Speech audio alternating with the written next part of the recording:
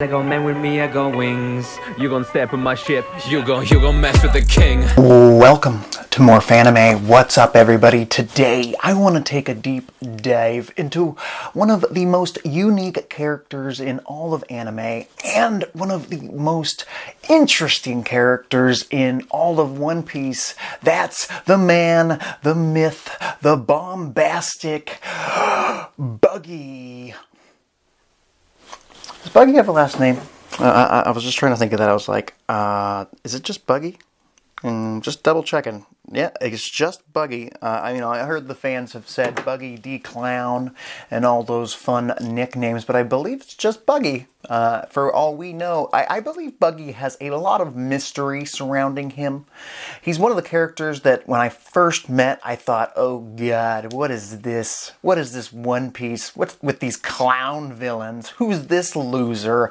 I hope Luffy takes care of him and we never see him again. And I almost assumed, well, this is a character that is just a little fodder villain for Luffy to take down. But in all reality, the fight between Buggy and Luffy was loads of fun and jam-packed, full of action. I guess the whole crew, Buggy's crew versus Luffy and Zoro, with some assists from Nami, was a fantastic battle of crews, if you can consider Luffy's a crew at the time with only him and Zoro trying to recruit Nami and what not.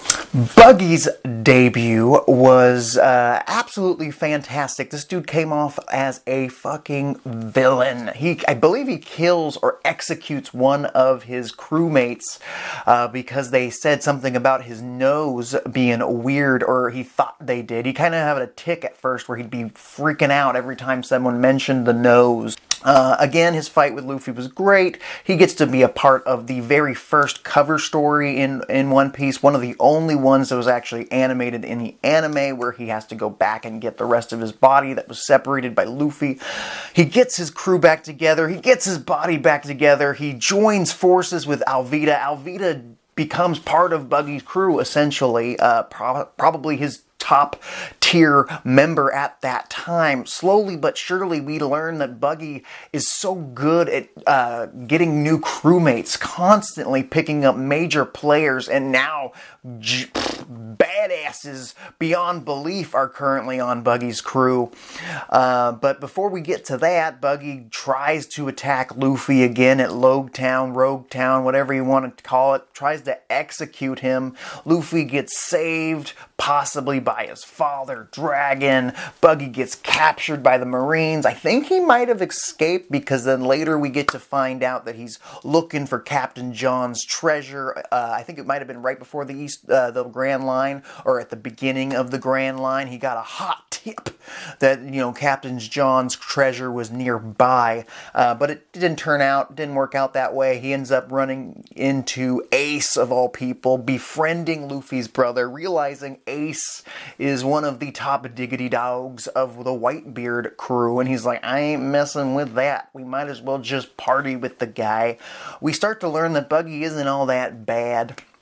But at this point, I was getting a little worried. I was like, I hope Buggy isn't a one-note character, because he is not, by the way. But I was thinking, man, what if he just shows up between every major arc, him and Alvida, like Team Rocket from a Pokemon, and it's just this same gag over and over again. I'm really glad that wasn't the case, because the next time we see Buggy, I believe, is at Impel Down. Many major arcs later, Impel Down, locked up. I believe he was attempting to escape because he was able to get in and didn't get sea-prismed, and he was able to use his chop abilities to, start to roam the prison. He's only on level 1, lucky to make it there with such a low bounty. I believe his bounty was like 10 or 15 billion berries. Nothing compared to what we are dealing with now in the new world, but top tier-ish. In the East Blue, top, 5 or 6 probably.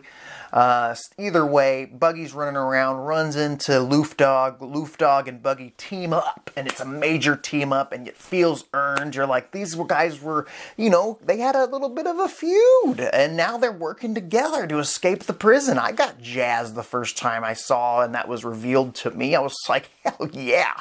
And then quickly they run into Mr. 3 God, I can't remember his current name right. His real Galdino. Galdino in the Impel Down as well. I believe on the level 2. They've run into a majority of Luffy's opponents up to that point, aside from any Marines or CP agents. So he basically unites with Baroque Works for most of the new villains that have joined the crew, and Jinbei and whatnot.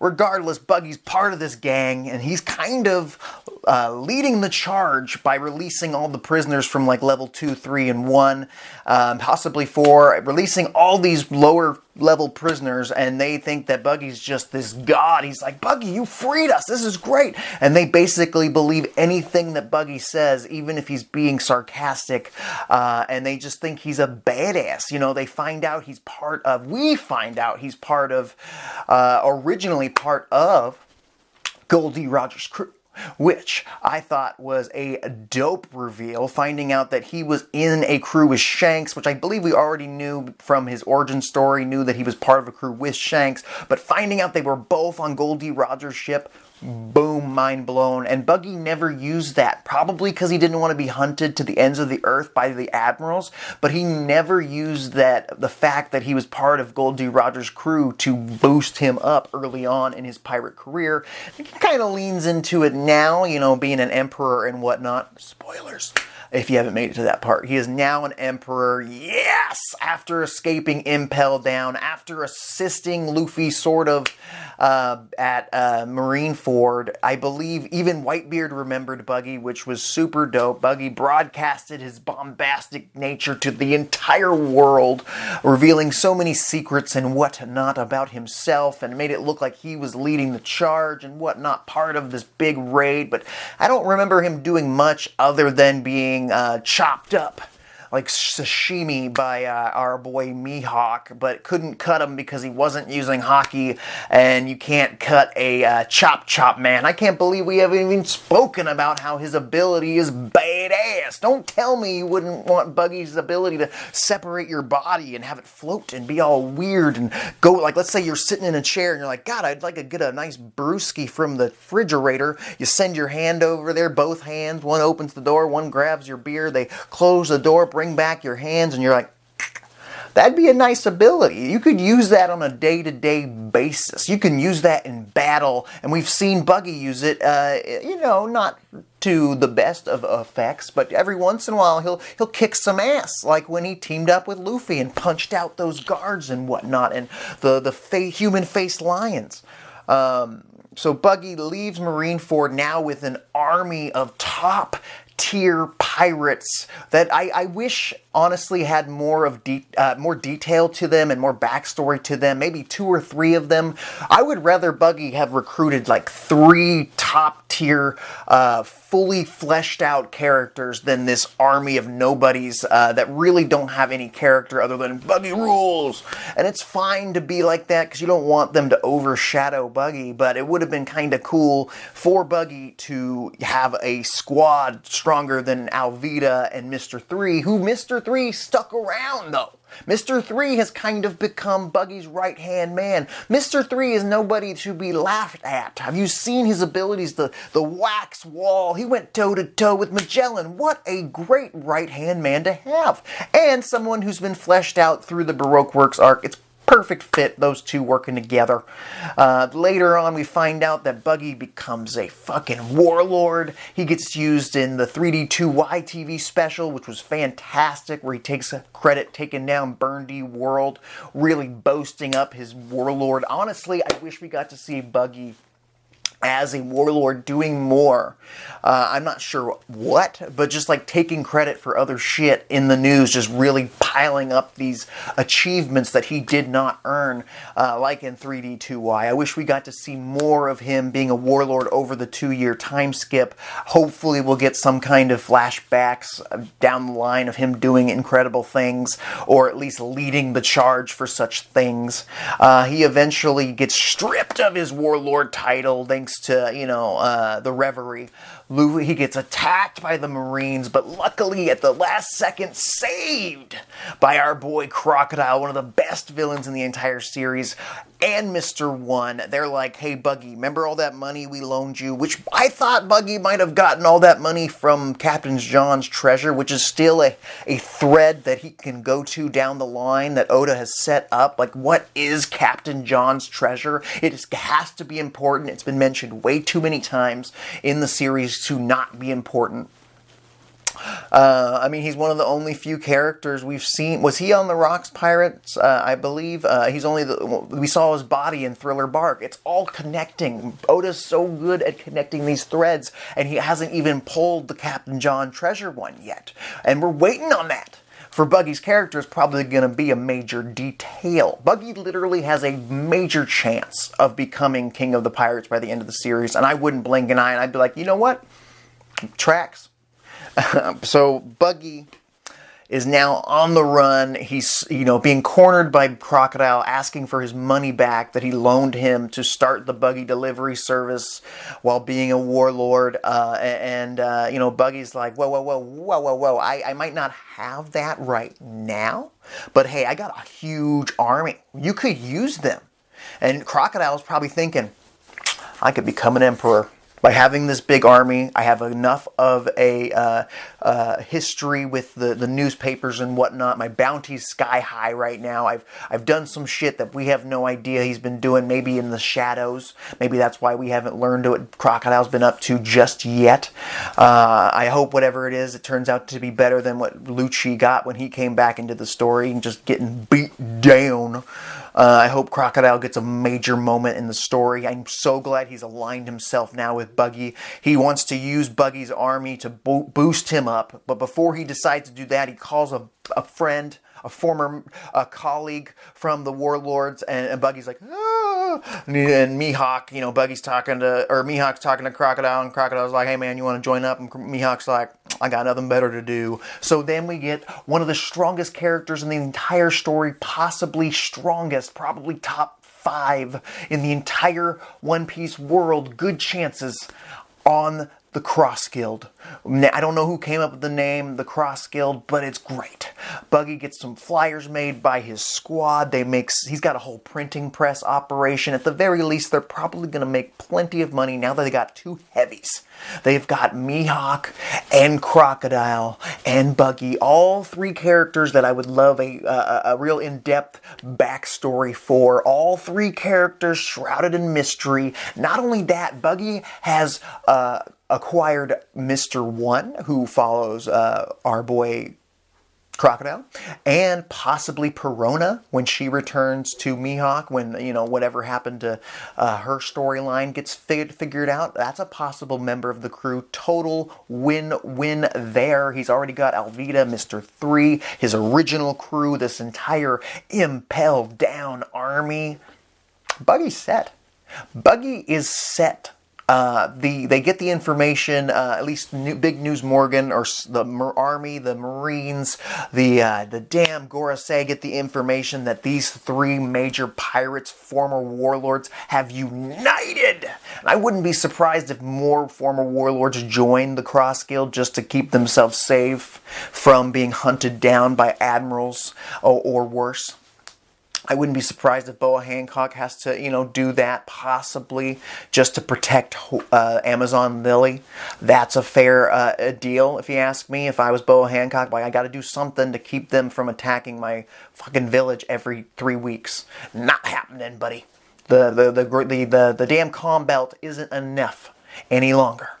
But Buggy's already got a squad. He has a crew that I would be happy to see go toe-to-toe with Luffy's crew, the Straw Hats. If that's the final battle, Buggy's crew versus Luffy's crew, let's go. We get Luffy Crocodile 2, because I don't know if maybe Buggy will show off some Conqueror's hockey and really be a threat by the end, but he's never really been a physical threat, as he's more of